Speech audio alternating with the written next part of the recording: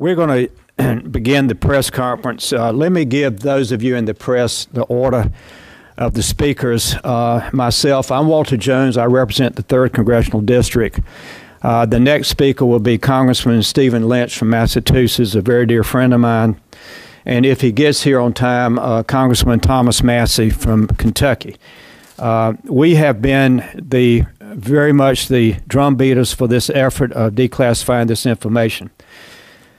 After Thomas speaks, I will come back to the podium and I will introduce Terry Strata, who will be the first speaker, then Caitlin Strata, and Justin Strata, and then Matt Solito, father of Matthew Solito, will speak. Abraham Scott, Abe Scott, will speak, widow of Janice Scott, and Ms. Ellen Saraceni. And I will let them, after I introduce the first Terry Strata, I want them to reintroduce themselves, even though I've called out their names, and let them tell you why they're here today and what their pain might be and how Mr. Obama can help soothe the pain. So let me start now with just a few comments. This Thursday will mark the 13th anniversary of this horrible attack of 9/11 that creates so much pain for all the American people, but especially the families who lost so much.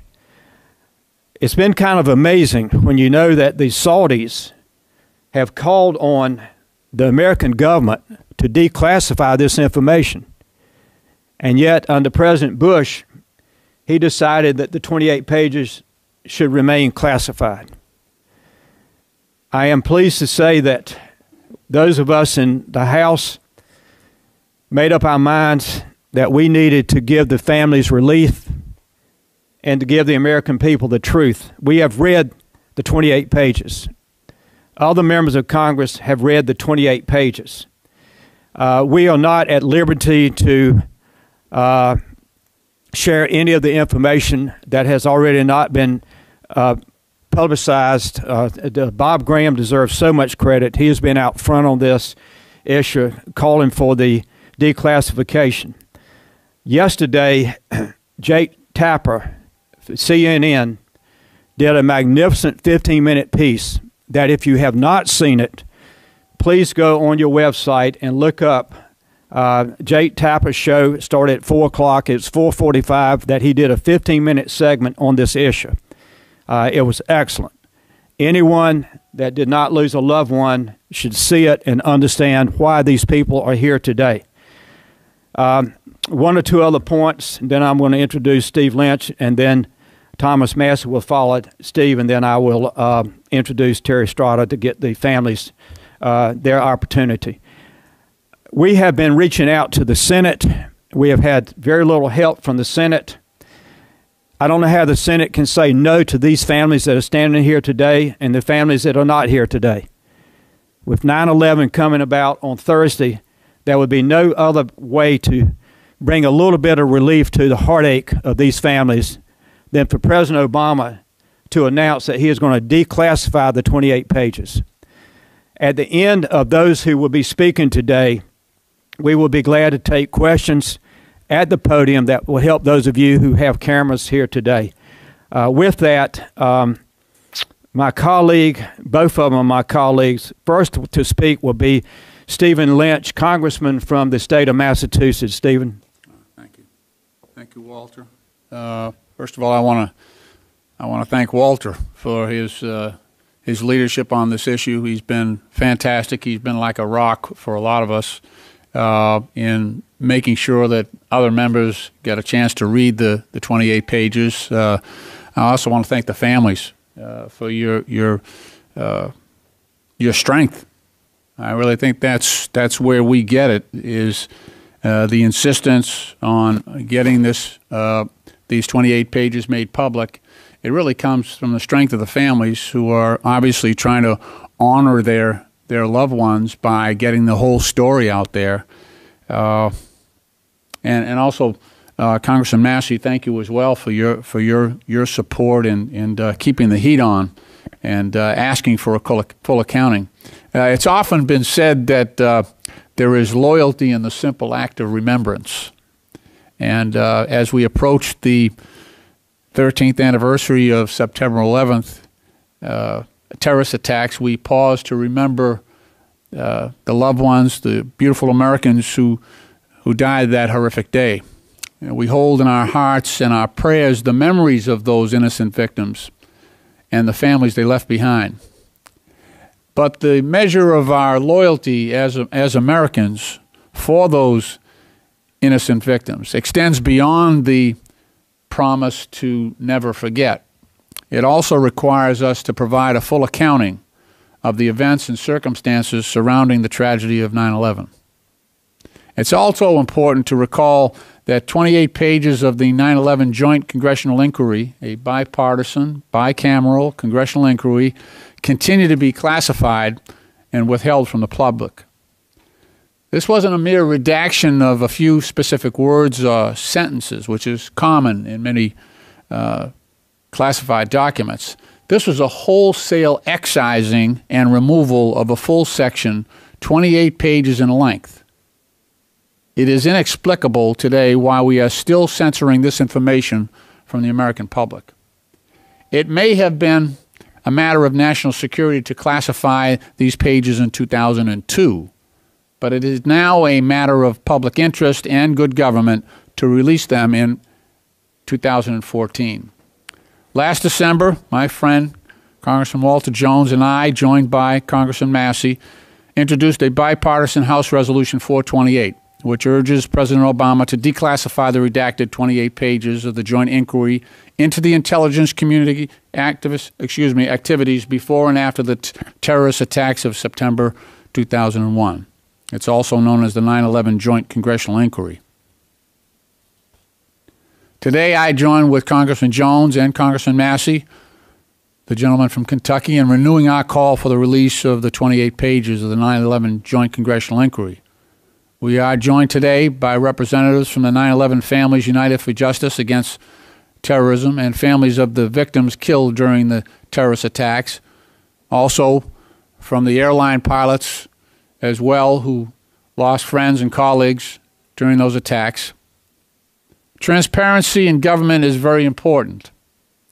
Enough time has passed that we can digest the information without worrying about the visceral passions and security implications that might have existed in the days immediately following the attacks. These families and our nation experienced a profound and personal loss. There are many questions that remain, and these families and our nation deserve to have those questions answered. The declassification of the 28 pages is an important step towards answering those questions, and after reviewing the 28 pages, we believe, myself and Walter and Mr. Massey, we believe that they can be declassified without harming U.S. intelligence sources and methods. Indeed, we firmly believe that the information contained therein can be instructive in framing our current anti-terrorism policy going forward. Terrorism remains a real threat to the United States, no doubt.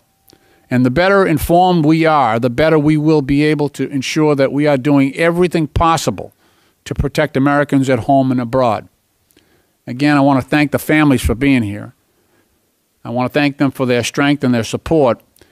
And collectively, we respectfully ask the White House to make these 28 pages available to the American public. Thank you.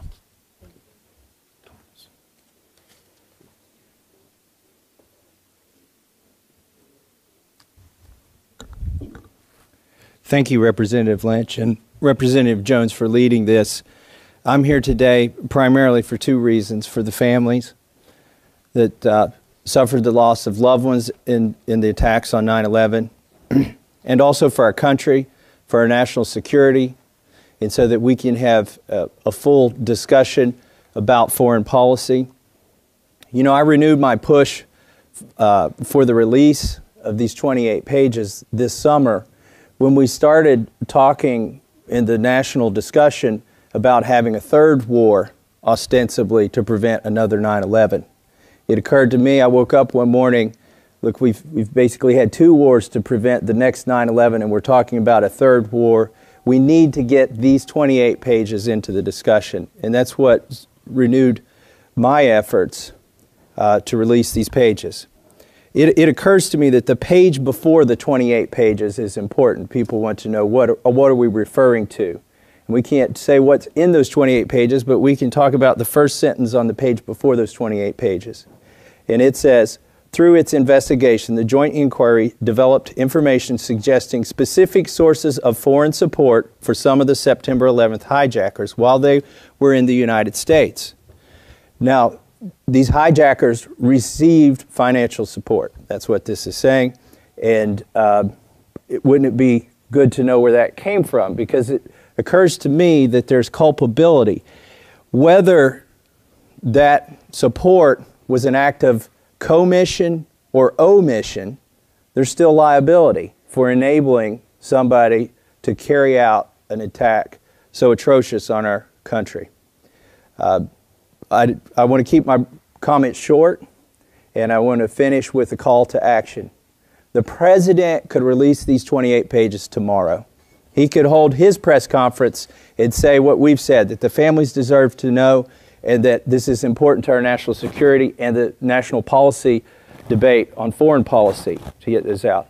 But the other way that we can bring pressure to bear is following Congressman Jones's leadership and Congressman Lynch's leadership, and that is to get other members of Congress to read these 28 pages. If you're watching this press conference and your congressman has not read those 28 pages, you need to ask him or her, why haven't you done it? Do you not have the time? Are you worried about what's in there? Would you please, ask them, would you please do this for me? Would you do this for the families? Would you do this for our foreign policy debate? Because what I think we found is that after other congressmen read these pages, they agree with us. It will not compromise our national security to release them. It will inform our foreign policy discussions, and I think it will help the families. And so I leave with that call to action. Please ask your congressman to go read these 28 pages and join us on House Resolution 428. Thank you. Thomas, I want to thank you and Stephen for your comments, and I would like to mention before I introduce Terry Estrada that Michael McCall, who is chairman of the Homeland Security Committee on the House side, has read the 28 pages. And he has promised me that he will meet with me to have a discussion of how we can get more interest into other members of Congress joining us. With that, I'm going to ask Terry Estrada if she'll come forward, and her daughter Caitlin and Justin will stand with her. And then from there, I want to ask the other members of the families to come forward. I've got Matt Solito, Abe Scott, and Ellen Saraceni, and I think there's one other. Okay. So, Terry, if you and your children would come first. Thank you very much. Yes, ma'am. Hello. My name is Terry Estrada. I am the National Co-Chair of 9/11 Families United for Justice Against Terrorism. On September 11th, I lost my husband, Tom Estrada. It will be 13 years in just 2 short days. Here is a picture of my husband, Tom. He was the love of my life. His parents, siblings, and our 3 children miss him each and every day. He was only 41 years old. And our 3 children were 7, 4, Caitlin was 4, and Justin was 4 days old, when he was brutally murdered by terrorists while working to provide for his family. I spoke to Tom twice that morning. His second call was to tell me a plane had hit the building. Within seconds, the horrible images came on my television, and I saw what we all witnessed. The billowing smoke from the North Tower, and then a second airplane coming in like a missile, pierced into Tower 2. Both towers imploded, one by one. Then the Pentagon was struck. And finally, horribly, Flight 93 crashed in Shanksville, Pennsylvania. It all happened in a matter of hours, but has left its emotional scars on my children, Tom's family, and me for a lifetime. Terrorism kills innocent people who don't deserve to suffer unspeakable horrors before they die. It frightens you to your core, How could it not? The nightmares and sleepless nights continue to this day. But this is not just my legacy. It belongs to our nation as well. There is a growing fear in this country. Americans' fear of the atrocities happening in the Middle East and the threats being made towards us. We fear of how and when we will be attacked again. I do not know if it will be as catastrophic as 9/11, or if terrorists will attack us more methodically or randomly, but I am certain Islamic radicals with terrorist ties are here in this country. I fear a terrorist attack will come from within our borders exactly like it did on 9/11. No matter how many airstrikes we launch, drones we use, or troops on the ground we deploy, as long as there are well-funded terrorist organizations that continue to vow to murder and destroy us, we will never be able to stop future terrorist threats. My children and yours live in a world where there are videos posted on social media of ISIS beheading American hostages and declaring they will hang their flag on the White House. How did we get here, and what does our future hold? Part of the narrative of how we got here is in these 28 pages. Who finances the world of terror? Who gave financial and logistic support to the 19 hijackers? That truth has been kept a secret from my family and the American people for 13 long, painful years. We and the American public deserve to know the truth.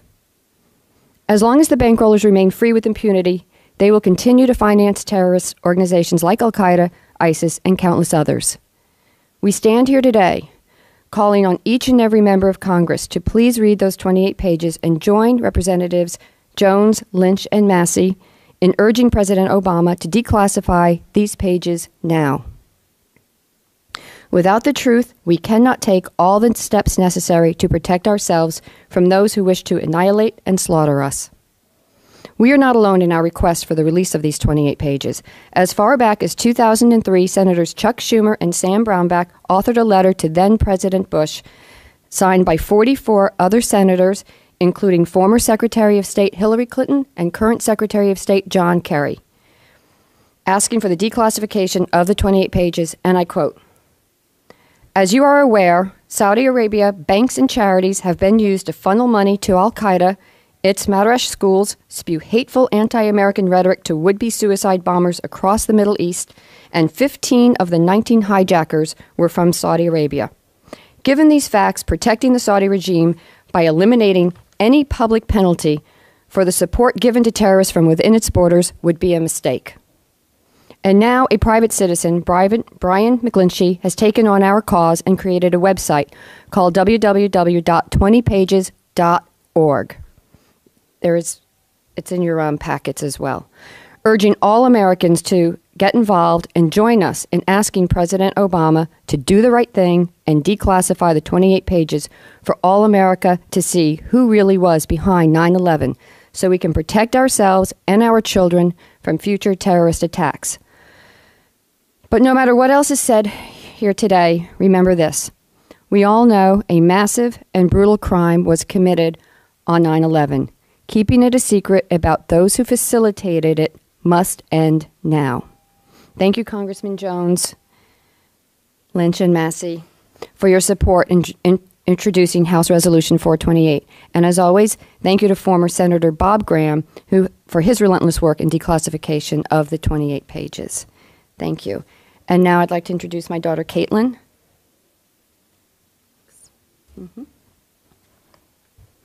My name is Caitlin Strada. As a child who lost her father at the age of 4 on 9/11, I have a different perspective than all of you here today. Terrorism not only killed my father, it robbed me and my 2 brothers of our innocence and sense of security. I'm growing up in a world that I don't trust. I've grown up without a father because of terrorism. I have had many experiences taken away from me because of terrorism, and I have many unanswered questions. For years, with tears in my eyes, I watched my friends dance with their fathers at their bat mitzvahs and Sweet 16 celebrations. I will never have a father-daughter dance. My father never got to see me compete on my horse, cheer me on at a lacrosse game, or hear me speak at my middle school graduation. My life is and will always be bittersweet. When I dream of my wedding day, I will carry his picture and wish he were there with me, walking down the aisle and taking me by the hand onto the dance floor. Because of terrorism, I turned from a happy-go-lucky little girl with no worries to one who couldn't leave her mom's side for fear of the bad guys coming back. Terrorism does exactly what it's meant to do. It terrorizes you and leaves you somewhere deep down inside, always feeling afraid. It will be 13 years in 2 days, and I still struggle with anxiety and fear. Losing your sense of security, innocence, and being afraid is not the way any child should have to grow up. Due to the work my mom does, I realize really how much I don't know about my father's murder. Why should I and thousands of other 9/11 children live without answers to who was behind the murder of our parents and why they were taken away from us? I am 17 years old, almost the same age as President Obama's 2 children, Sasha and Malaya. I am grateful they have both of their parents in their lives and have never suffered a loss like mine. I wouldn't wish this lifelong pain on anyone. Mr. President, please declassify the 28 pages that hold truths regarding who was behind my father's murder for me and for the other 3,000 children who lost a parent on 9/11. As a father, wouldn't you want your children to not have to live with unanswered questions without ever knowing the truth? I plead you, Mr. President, to declassify the 28 pages for me and the other thousands of 9/11 children for peace and closure of that horrific day. Thank you. I'm going to introduce my younger brother, Justin.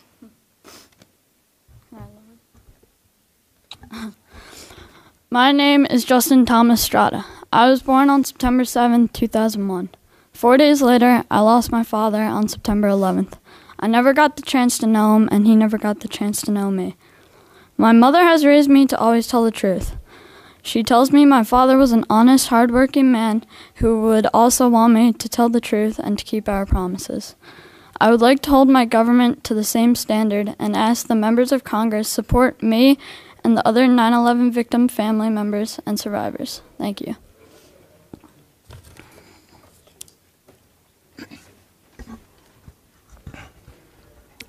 Go ahead.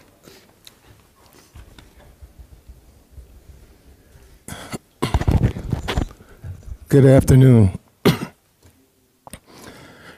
My name, excuse me, my name is Matthew T. Salito.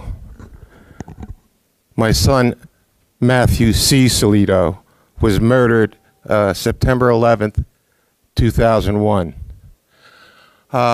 Matthew called me at 10 minutes to 9, September 11th, telling me a plane had just hit the building. I said to my son, "Get out of the building." He said, "Dad, you don't understand." He was on the 105th floor. He couldn't get out of the building. He just called to say he wanted to let us know he loved us. What a message to get as a parent. To know the last thoughts that your child has, knowing that he's going to die.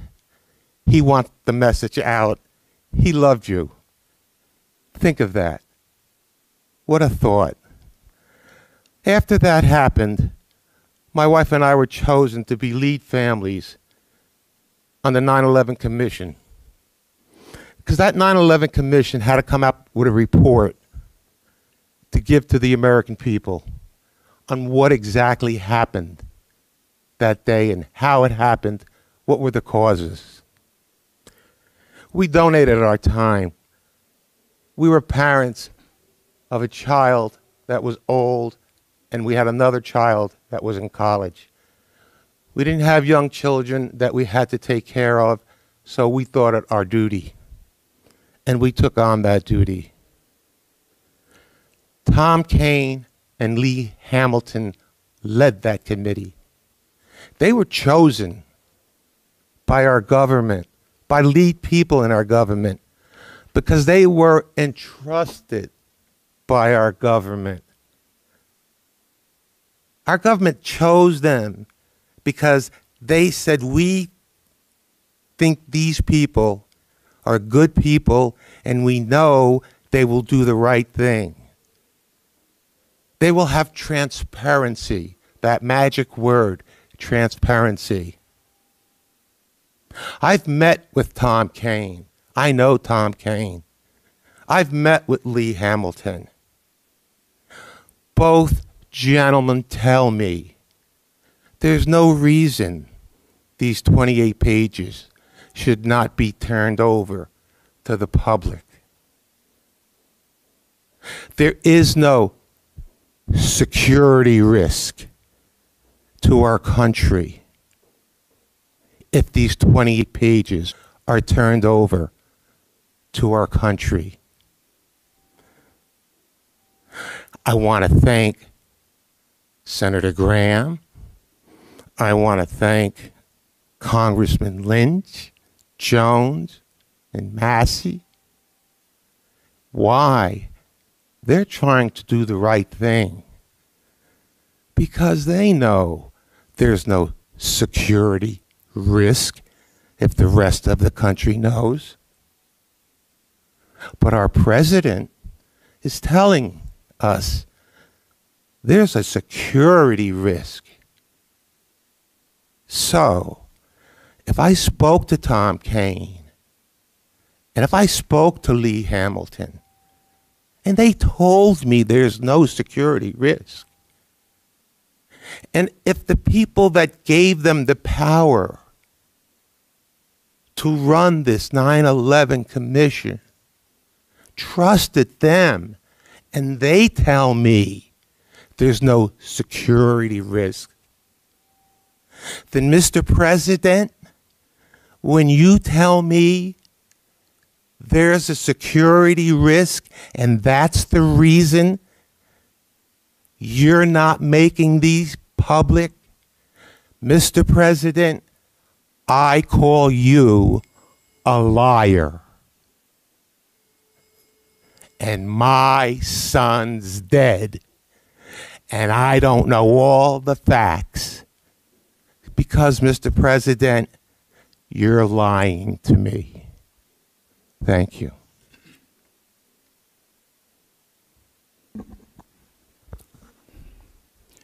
Good afternoon. My name is Abraham Scott. My wife, Janice Marie Scott, was killed in the Pentagon.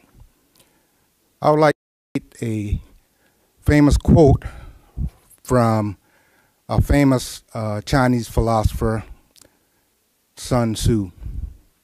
Know thy enemy. We immediately knew our enemies, the 19 terrorists, when the attack occurred on 9/11. But we are still hazy in terms of who financed those attacks. And I do believe with the declassification of those 28 pages, the truth will come out.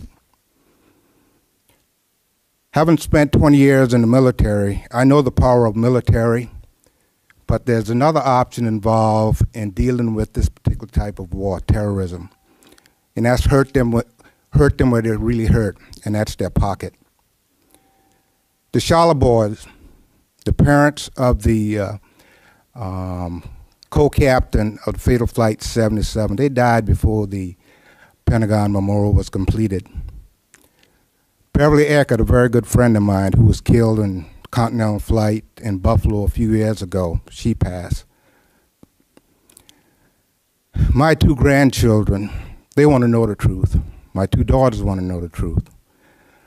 The souls of the Shala boys, as well as Beverly is crying out for Congress to pass a bill to the president to declassify those pages.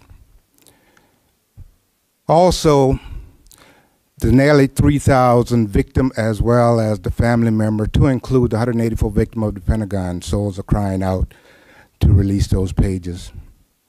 I beseech you, President Obama, as well as the Senate and the House of Representatives, to act not as a partisan or a political issue, but do the right thing and release those 28 pages before I go home to see my Lord and Savior. Thank you, and God bless. My name is Emmanuel Lipscomb. I didn't think I was going to say anything, but it's kind of fitting because on that day I didn't think I was going to have to do anything. I'm a civilian survivor, rescuer of the World Trade. I just happened to be across the street from the building and was there for the entire attack. When the relatives of these families, if their backs against the wall, did not worry about other things, did not worry about themselves, but instead thought to help other people. They stood, I want to let the world know, they stood unafraid. They were proud Americans. And because they were proud Americans, they did what had to be done. By the time the police and the rescuers and the fire workers came there was no crowd of people fighting to get anywhere because of relatives that stood in the gap and made sure others got free. I was under the tower when it fell. And I just happened to witness all of the people except myself and a few that jumped in a hole in the side of a wall and lived. But that's gone. Today, the threat of things going crazy in the world are just like they were before. It's been quiet here. Things just kind of seem like nothing's going to happen, but it didn't seem like they were going to happen then. So right now, don't think our backs aren't against the wall. Don't think we don't have to do everything that needs to be done. President Obama, you hear us. Senate, you hear us. Everyone else, you hear us.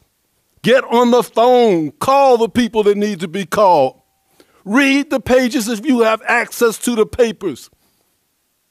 And don't play games. Be serious. Just like these senators, the senator and his representatives are. Do your part. This is our country, land of our birth. This is our country, the proudest on earth. We stood as children pledging the allegiance. Said we're America the bold. But this is our country only if we have it as our country and we hold on to that liberty and strongly do what needs to be done. President Obama, I ask you again, just do the right thing.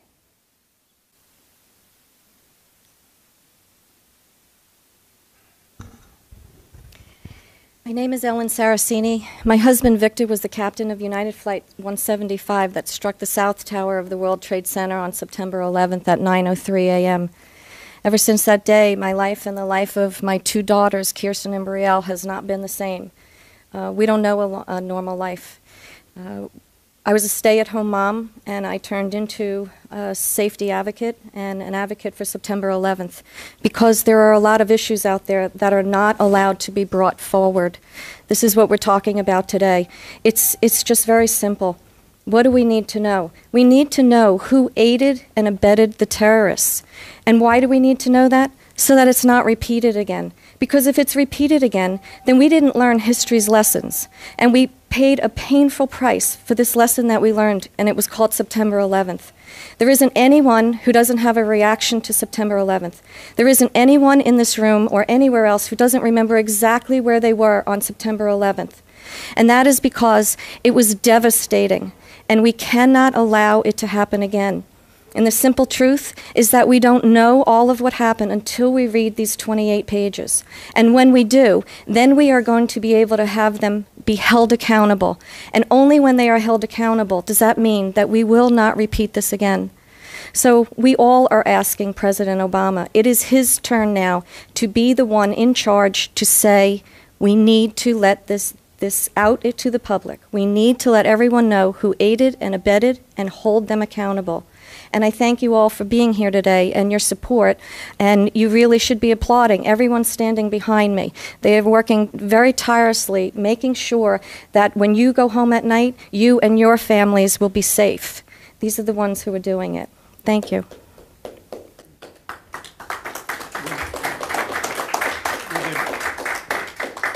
If there are any questions, if you would hold your hand up, identify yourself, and which member of Congress or family member that you would like to answer a question. They'll come so that you can hear it clearly. We'll go here and then to the gentleman, and then Jeff, you'll be third.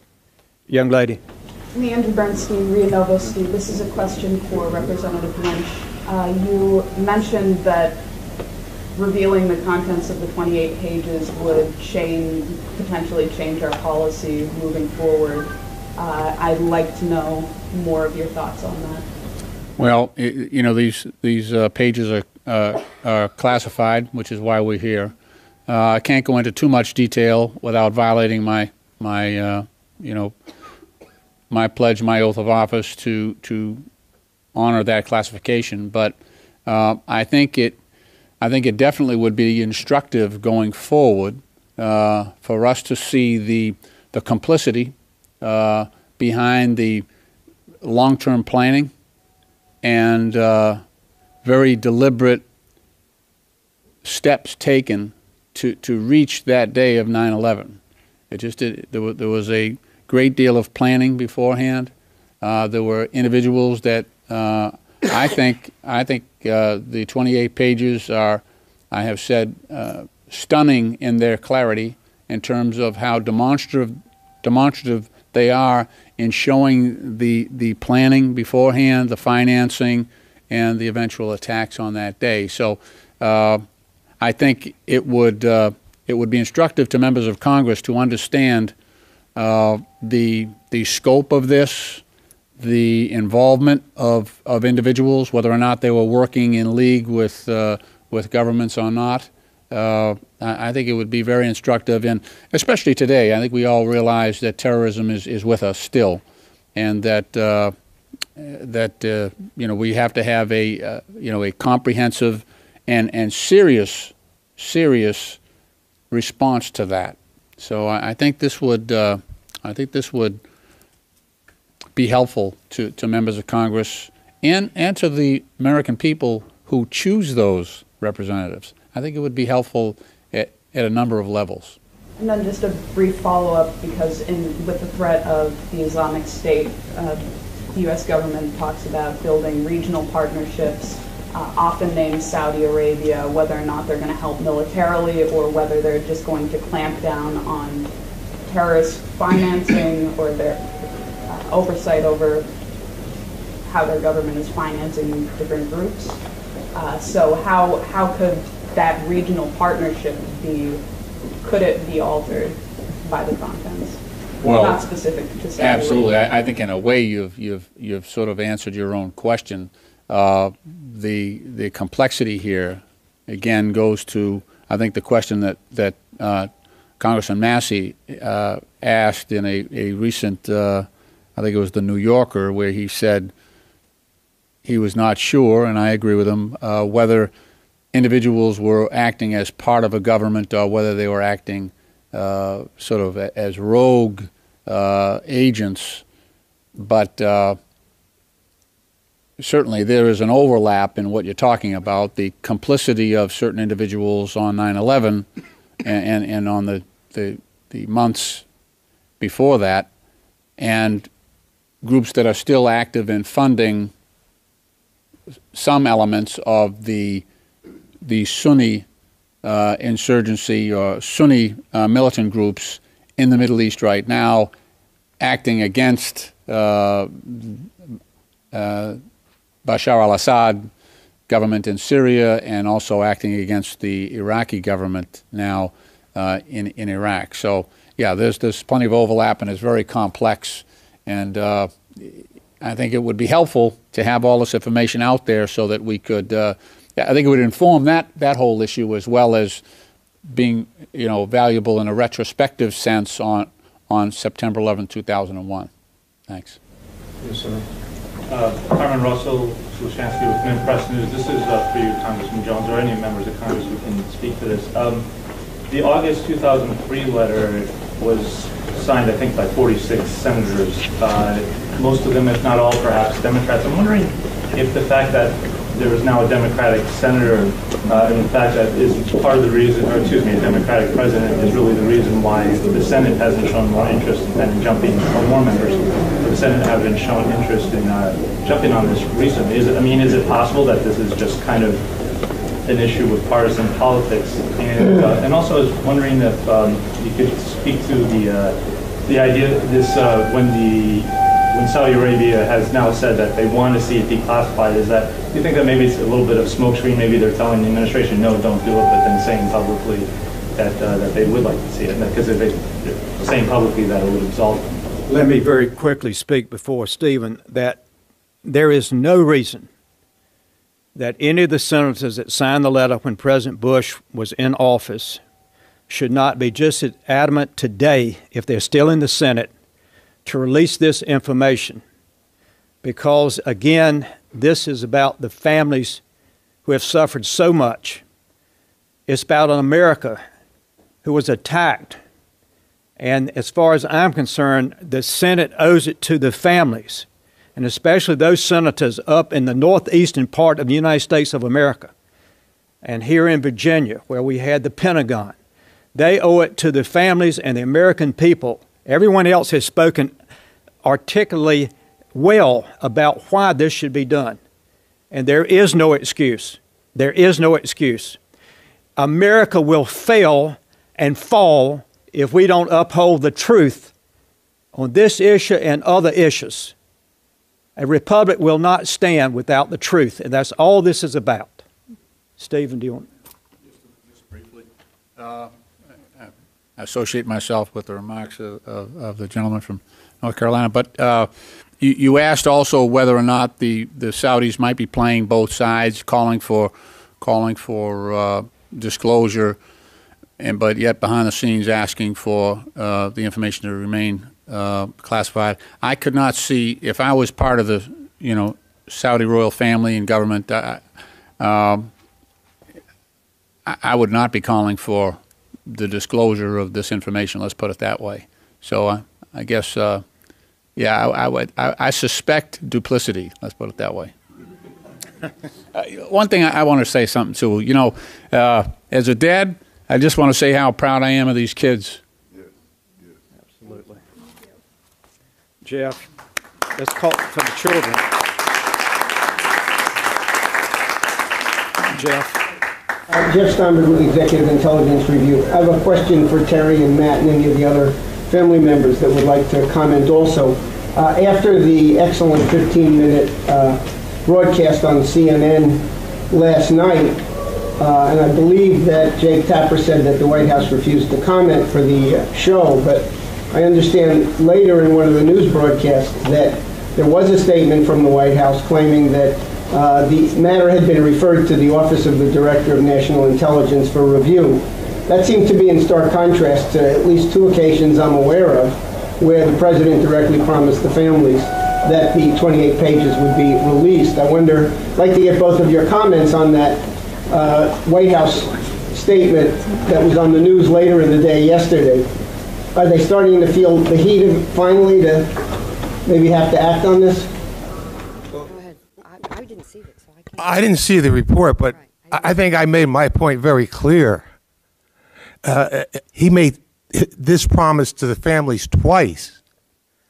So that, in conjunction with him saying it's against national security, and I told you I spoke to Lee Hamilton, I spoke to Tom Kaine. We both know Tom Kaine personally, and he tells us it's not against national security. I tell you this, and what you just said, Mr. President, you're a liar. I can't make it more clear than that. He's lying to us, and he's using the ploy of national security, the blanket of national security. Now, why he is, I don't know. It's what's in those 28 pages. If you note it, well,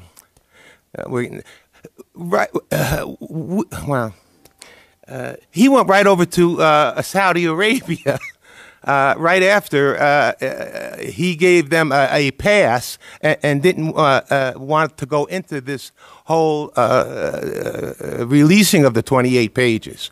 I mean, we can go after one question after another, why all this all happened. But the simple answer is he's using national security, and he's lying to you. Terry? Well, I believe strongly that not declassifying them is more a threat to our national security than Amen. declassifying them. Totally agree. That's the truth. We need to know what's in there because of the state the world is in right now.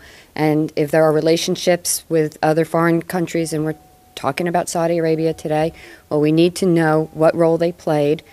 And I believe when you asked that they are asking for them to be released, I think that happened shortly after 9/11.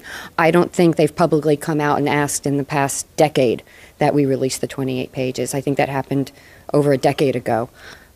So again, not releasing them is more of a threat and makes it harder for our foreign policy and for everything going forward. Totally agree. Yeah. My name is Len Mell, and I just want to thank everyone here.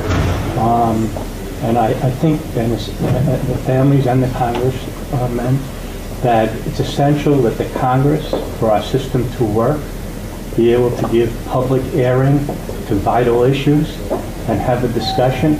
And the thing that's become so clear to me in this press conference is that not only is this report so important for what happened on September 11th, but it's important for us to understand what's happening today and threatening our vital interests and our security. And there can be nothing more important than that. And so I applaud the families especially for standing up for the future as well. We're going to take one more question, and then we're going to bring this to an end. And I want to thank all the press that's here today, all the friends that are here today, the families, and as Steve Lynch said, especially the children. It's had to be very difficult for you. You did a magnificent job remembering your father in such a loving way. There'll be one other question, and then we're going to, yes, sir.